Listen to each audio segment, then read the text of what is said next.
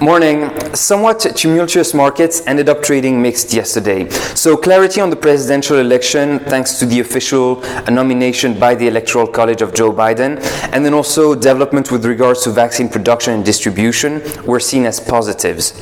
On the less positive side though, there's still an alarming number of cases and an alarming contagion rate and uncertainty about a stimulus bill that would support the economy. So that was negative. We saw the dollar drop and retest recent low. We saw equities jump up and then retrace later in the session. Bonds were bought in a classic risk-off move, so pushing the 10-year yield down just below 0.9%. Gold fell as well, and then copper, which I typically like to see as a good indicator of global economic activity, retraced for a third session and looks set to go a bit lower. In those markets, it's actually nice to see that crypto is holding up well. Bitcoin just closed under 1% up, so decidedly above 90K at 19,300. Ethereum is closing essentially flat, which is not bad at 588. Chainlink, Polkadot, Litecoin, Stellar had similar sessions, so closing flat.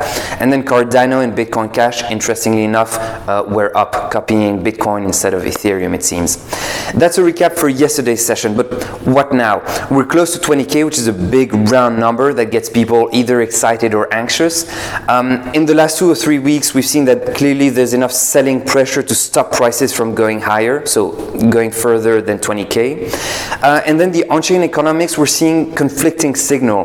The USDT market cap just hit 20 billion US dollar. That's a lot of dry powder to buy Bitcoin or cryptocurrencies in general. But then conversely, we're also seeing the deposits on exchanges are still rising, suggesting that large players are ready to sell their coins, basically, or getting ready to do so. On the CME, the commitment of trader, the COT, shows an increasing bullishness by retail investors and then a continued bearishness by hedge funds. And so what would assume that spread, which has been widening, should eventually narrow.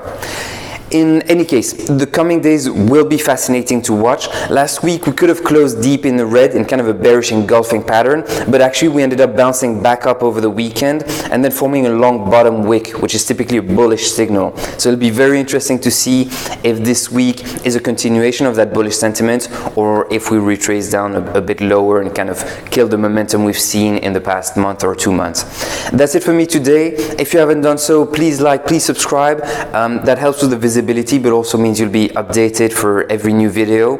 And then in any case, I wish you a great day and a great trading day.